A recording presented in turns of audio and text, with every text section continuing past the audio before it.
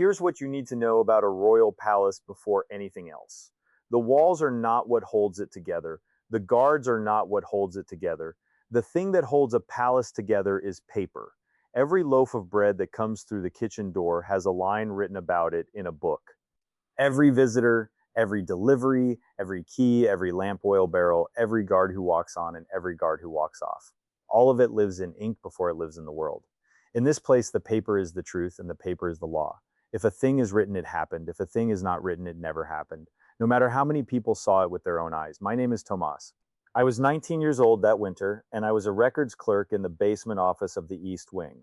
I want you to understand what that meant, because most people picture a palace and they think of gold rooms and crowns and trumpets.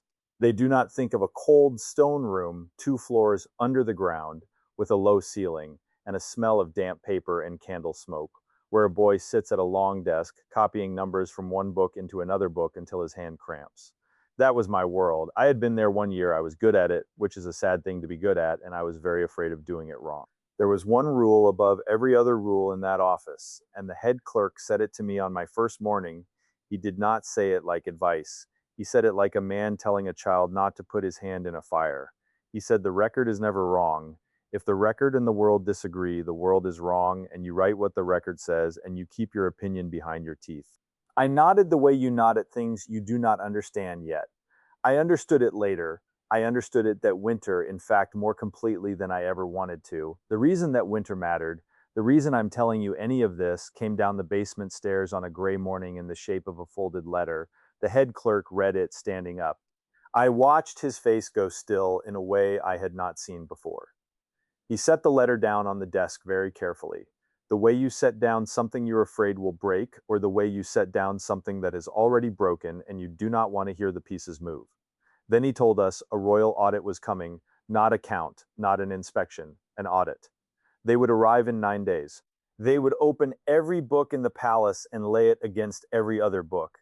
And wherever the books did not agree with each other, someone would answer for it.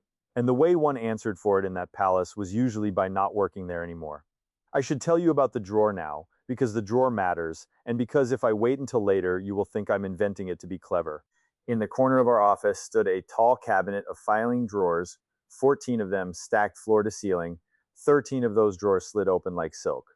The 14th did not. The 14th drawer, the one at chest height, the one you needed most often because it held the current year, had been jammed since before I came to work there. It did not simply stick. It screamed. If you pulled it with everything you had, it would give a single inch with a noise like a cat being stepped on, a long metal shriek that went straight up the stairs and into the walls, and then it would stop and give nothing more. Everyone in that office had a theory about drawer 14. Nobody had a key, a tool, or the courage to take it off its rails while there was a chance the year's records were inside it. So we worked around it. We kept the urgent papers on the desktop in loose piles. The way you leave a door, you cannot lock simply standing open and hope nobody walks through it. I want you to remember the drawer. It comes back. Now I have to take you up out of the basement, up the worn stairs, and along a cold corridor and out a small side door into the gray morning air. Because the second thing you need to know about that winter was not in a book at all. The second thing was a man. His name was Sergeant Edmund Hale, and he stood at the East Gate. He had stood at the East Gate for longer than anyone in the office could say for certain, which is a strange thing in a place that writes everything down, but I will come to that. He was an old man by a guard's measure. His back was straight because he made it straight, not because it wanted to be. His face had the look of a thing left out in weather for a very long time, and not damaged by it, only settled. He did not shout. I want you to hold on to that because every other guard I knew shouted. It is most of what the work is, telling people where the line is and that they have crossed it. Hale did not shout. When someone came too close to the gate, he would look at them. That was all. He would turn his head and look at them without heat. The way you look at a stone that has rolled into the road, and the person would feel the look land on them and they would step back without quite knowing why. I had seen grown men apologize to him for things he had not even named yet. He was that winter a few weeks from the end, forced retirement. There was a number in a book somewhere, a number of years, a man was permitted to stand at a gate, and Hale had reached it, and so the book was going to put him out into the world the way the book did everything, quietly and completely. He knew it. The whole gate knew it. Nobody talked about it the way you do not talk about a clock in a sick man's room. That was the palace then, 9 days before the audit, a basement that believed paper was God, a drawer that screamed, an old man at a gate who never raised his voice, and somewhere on a road in a carriage the audit coming closer. I did not know yet that these four things were one story. I thought they were four things. I was 19. I thought a great many separate things were separate. I want to tell you about the first crack because I was there for it, and because everything that came after came out of it like water out of a split jug. It was the fourth day before the audit, and I was at the long desk reconciling the kitchen ledger, which is a fine phrase for a dull thing. It means I had two books, and the two books were supposed to say the same numbers, and my job was to walk down both of them line by line until I found the place where they did not. On most days, you do not find that place, or you find a small one, a copyist who wrote a 7 that wandered into an 8, and you fix it quietly, and the world stays whole. On that day, I found a delivery 40 barrels of salted fish, received at the East Gate, signed for, written into the receiving book in a clear hand, dated, witnessed, and in the kitchen book, the book of what had actually come into the kitchen and been put on the shelves, there were no barrels of salted fish at all. Not 40, not 4, none. The fish had been received and the fish had never arrived. The paper said a thing had happened that the world had no memory of. I took it to the head clerk because that is what you do. You carry the broken thing to the older person and you watch their face to learn how afraid you should be. His face told me to be afraid. He looked at the two books for a long time. Then he did something I had not expected, something I think about still. He told me to leave it, not fix it, not report it, leave it, he said. And we will look again after the audit when there is time. And he closed both books and set them on the desk, one on top of the other. Square, neat, the way you straighten a thing to pretend it is not a problem. That was the beginning of the hiding. I want to be honest because the whole point of this is the truth. I helped. Over the next 3 days, the cracks multiplied the way cracks do, and the office did not mend them. The office concealed them. A page was copied fresh so the old smudged one could disappear. A date was made to agree with another date by the simple method of choosing which one to believe and quietly burning the disagreement. Nobody called it lying, we called it tidying. We called it making the books presentable for the visitors. The way you sweep a floor before guests come, and do not mention the dirt is still in the world, only under the rug now. I was 19 and frightened, and I swept with the rest of them, and I'm not proud of it, and I'm telling you because the man I'm about to put back in this story did the exact opposite, and you need the contrast to feel it the way I felt it. Hale did not tidy anything. Hale could not have tidied anything. He had no books.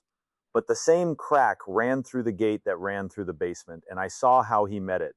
Because I was sent up with a question on the third day, and I stood at the side door longer than my errand needed. A merchant had come to the east gate with a wagon and a paper. The paper said he was owed entry and a payment for goods delivered the week before. There was no record of the goods. The clerk who had walked up with me started to do what we did in the basement, started to talk around it, to say perhaps the record was elsewhere, perhaps it would be found, perhaps the merchant should return after the audit when there was time. The merchant's voice climbed. A small crowd of the idle and the curious began to gather the way a crowd always gathers around a raised voice. The way pigeons gather around the first thrown crumb, and Hale stepped forward, not fast, and he did not raise his voice. And he said the only true thing anyone had said all morning. He said, "There's no record of your goods. I cannot pay you on a thing I cannot find. Come back tomorrow at this hour and ask for me by name, and I will have looked myself." And then he looked at the merchant the way he looked at the stone in the road, and the merchant, who had been ready to shout down a clerk and a paper, looked back at the old man and went quiet and turned his wagon and left and came back the next day calmly and asked for Hale by name. I walked back down to the basement, turning that over. Something in it was strange, and I could not yet hold what.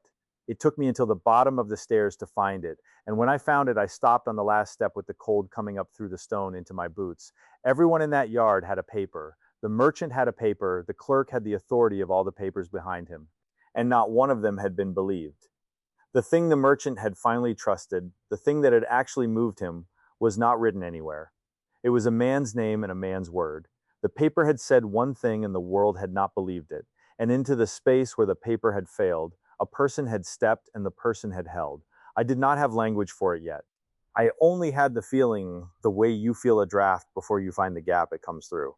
The record was supposed to be the law, but the record had started to disagree with itself, and the moment it did, people did not become lawless. They simply looked around the room for someone to obey, and they did not look at the loudest or the highest or the most papered. They looked at the one who had never lied to them. There was only one of those at the east gate, and he was 9 days from being written out of the books forever. The gap widened. I need you to feel how fast, because that is the engine of the whole thing. Once a record begins disagreeing with itself, it does not disagree slowly and politely. It comes apart the way a knitted thing comes apart, which is to say, not stitch by stitch, but in long runs once the first thread goes. By the second day before the audit, the basement was no longer a quiet place. Clerks I had only ever heard turn pages were arguing in low, fast voices over which of two ledgers was the true one. The fish was not alone anymore.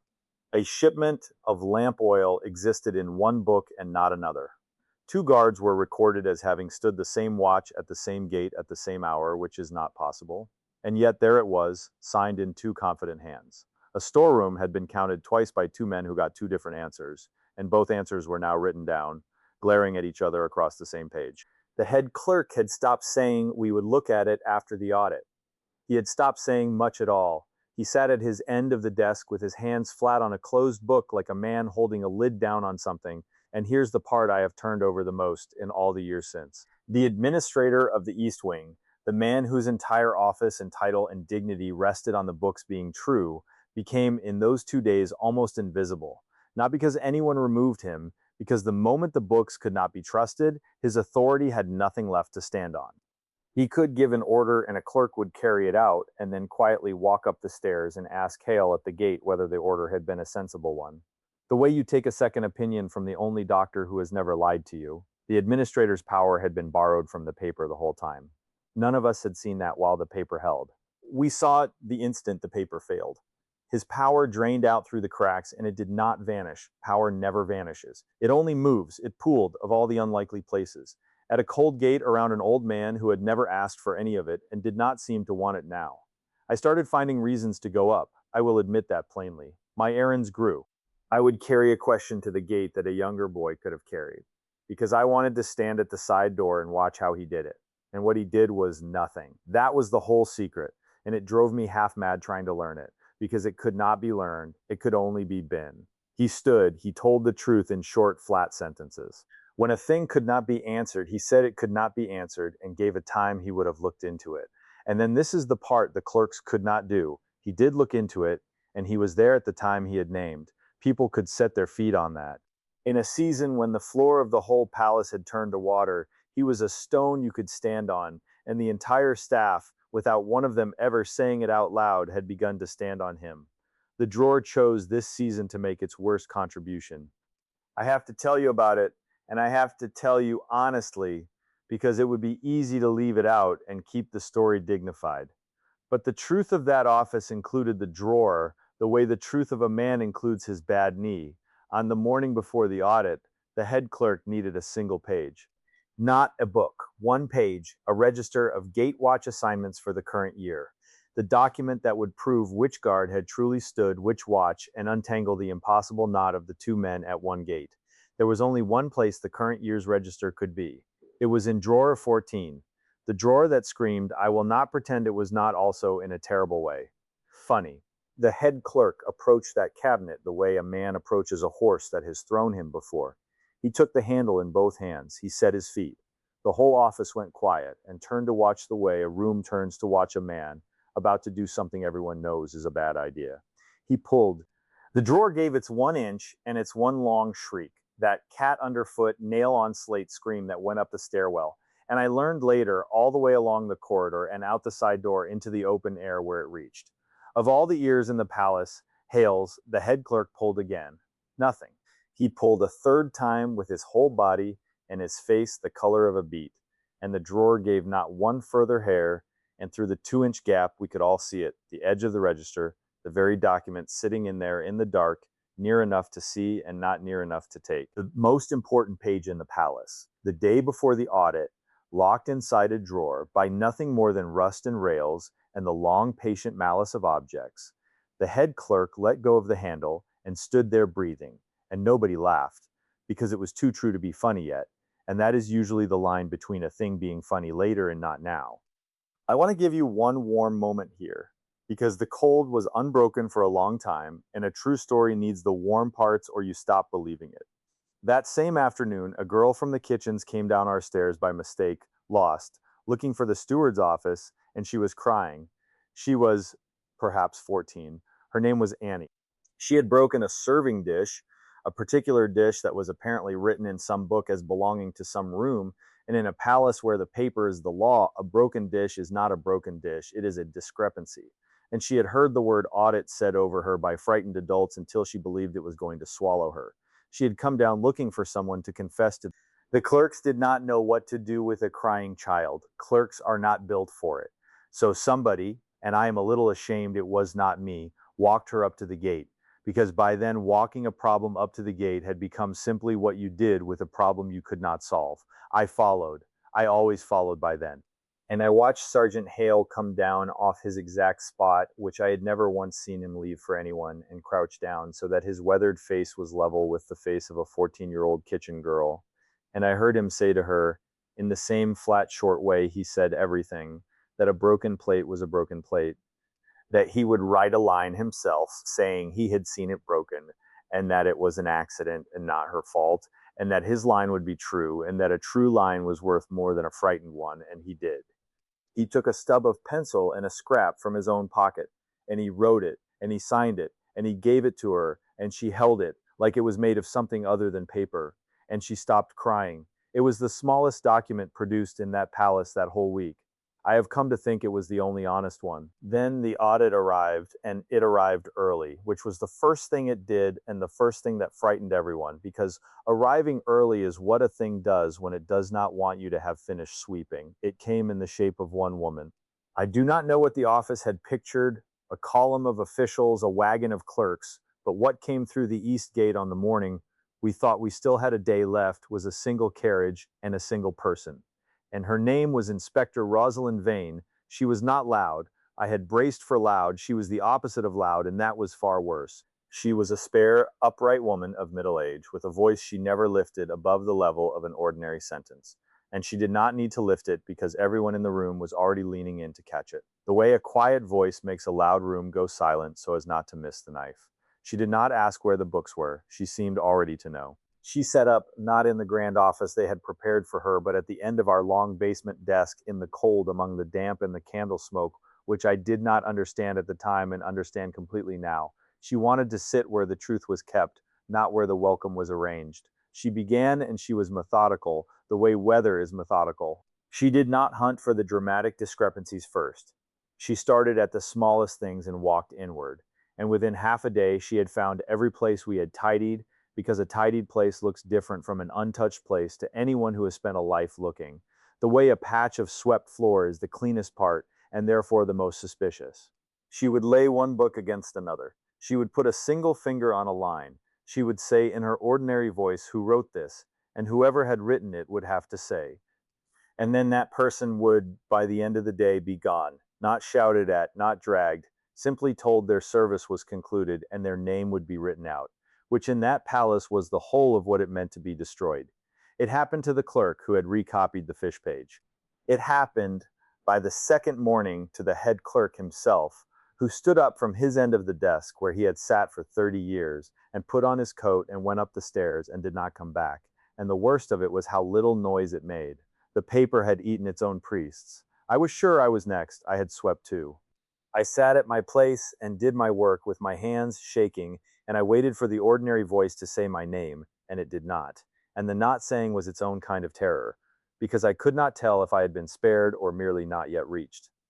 And then on the second afternoon, Inspector Vane closed the book in front of her and looked the length of the cold room and asked for Sergeant Edmund Hale to be brought down from the east gate. I have to slow down here because this was the lowest point, and if I rush it, you will not feel how low. They brought him down. I had never once seen him under that ceiling. He belonged to the open air and the gate, and he looked wrong indoors, too large for the low stone room, an outdoor thing brought in. Vane had his service record open in front of her, and here's the cruelty of it. The thing I had not known, and the thing the whole room learned in that moment. Of every record in that palace, Sergeant Hale's was the most inconsistent of all. There was no clean account of how many years he had stood at that gate. Different books said different things. There were watches signed in his name on days another book put him elsewhere. There were gaps where there should have been entries and entries where there should have been gaps. The man who had been the one fixed honest point in the whole collapsing season had, on paper, the worst documentation of anyone in the building, by the only law the palace recognized, the law that said the paper is the truth and the world is wrong. Edmund Hale was the largest lie in the place. I watched him stand there in the cold while a woman with a quiet voice turned the pages of a record that said he barely existed and could not be trusted.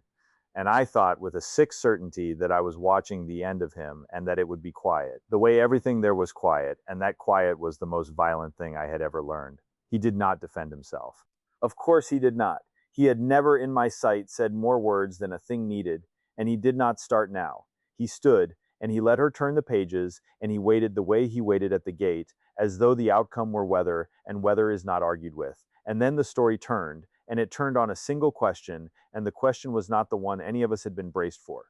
Inspector Vane did not ask him to explain the gaps. She looked up from the ruined record, and she looked at him for a long moment, with an expression I could not read. And she asked the room, not him, the room, a question. She asked, when the books could not be trusted these past days, who did the staff of this wing obey? Nobody answered, because the answer was standing in front of her, and everybody knew it, and nobody had ever said it aloud, and saying it aloud felt dangerous in a way none of us could name. The silence stretched, and then Annie, the kitchen girl, who had no business in that room, and had crept down because rumor had run through the palace that the gate sergeant was being put out, and who still had his pencil scrap folded in her apron, Annie said into the silence, in a small, clear voice, "Him, we asked him," and she did not say it like a confession. She said it like the most ordinary fact in the world, the way you would say which way the river runs. And Inspector Vane nodded, slowly, as though a thing she had come a long way to find had finally been set on the table in front of her. Then she told us what she was, and it was not what was painted on the side of her carriage. She had not come to find fraud. She told us in her ordinary voice that any palace under enough pressure will produce fraud, and that catching it was a low and easy use of a person like her, and not why the crown had sent her. She had come to find out something the books could never show, because the books only record what people did, never who they would follow when the books fell silent. An institution, she said, is only its paper on its good days. On its bad days, it is whoever the people inside it will still obey when the paper means nothing. And the crown, she said, would rather know the name of that person than have the cleanest ledgers in the kingdom. Then she said the thing that turned the whole season over in my hands like a stone with the dry side. Suddenly up, some of the inconsistencies, she said, had not been our error at all. Some had been introduced quietly on purpose, before she ever arrived, not to ruin us, to apply the pressure, to crack the paper deliberately and see in the gap what the staff reached for. The audit was never the books. The audit was the gap. We had all been inside the test for 9 days, and not one of us had known it was running, which she said was the only way to run it truthfully. And Sergeant Hale's record, the worst in the palace, the gaps, the impossible watches, she had read it before she ever came, and she had read it the right way. A man whose paper is a mess and whom everyone obeys anyway is not a lie, she said. He is the proof. He is exactly the thing the paper cannot hold and the institution cannot live without. His bad record was not his crime. It was his credential.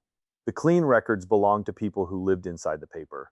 His ruined one belonged to a man the paper had simply never been able to contain, because for 30-some uncounted years he had been standing in the place where the paper failed and holding it shut with his own 2 hands and his own name, and nobody had thought to write that down, because you do not write down the floor.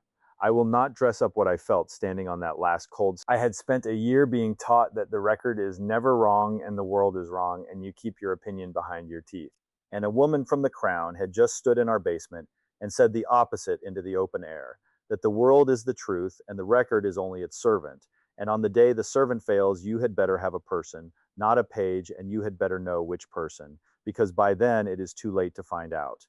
I had been afraid of the audit for 9 days. I had been afraid of the wrong thing the way you spend a whole night afraid of the noise in the house, and it turns out to be the house telling you which beam is sound.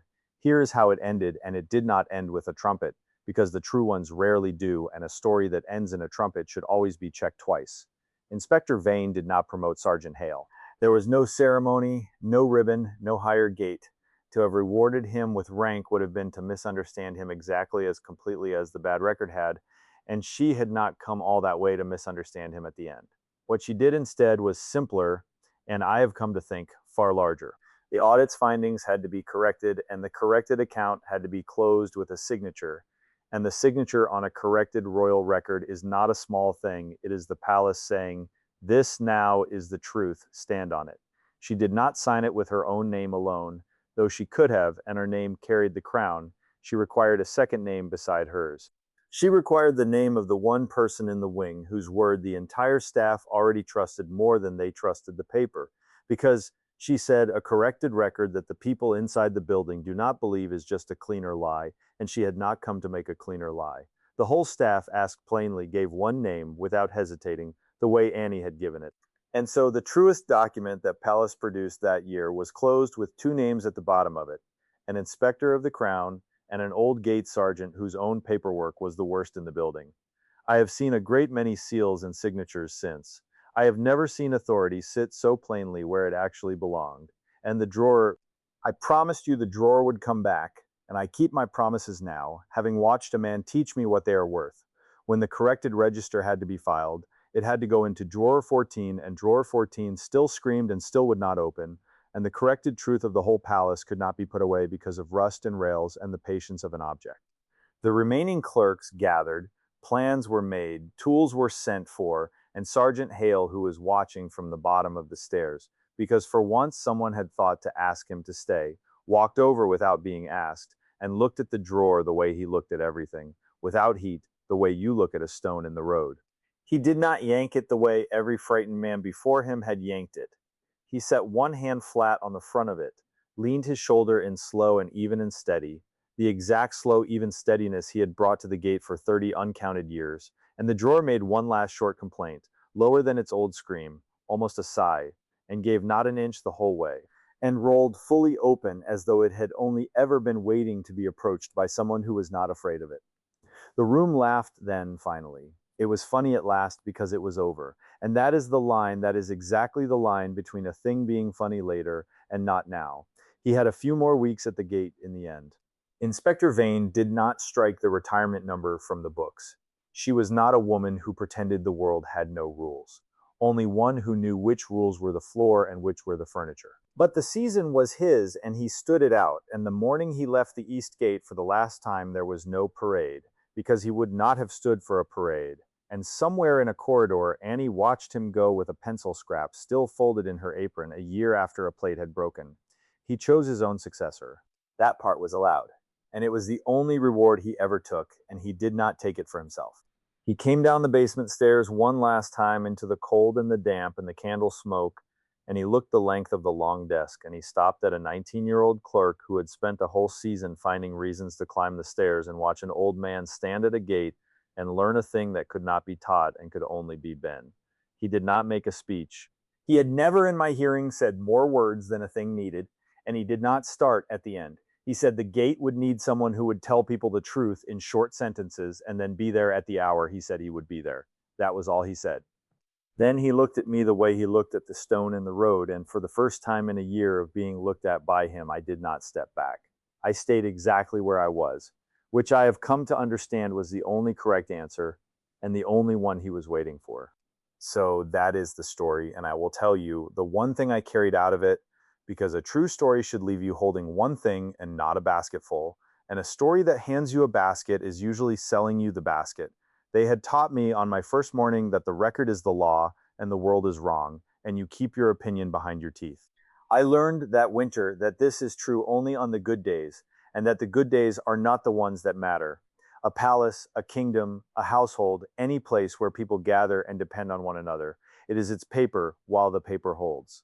But the paper always eventually fails in some season under enough weight, the way all servants fail and all systems crack and all the careful ink runs at last. And on that day, the place does not become nothing.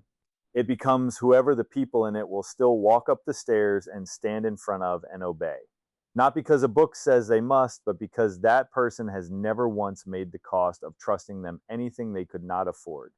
You do not get to choose that person on the bad day. By the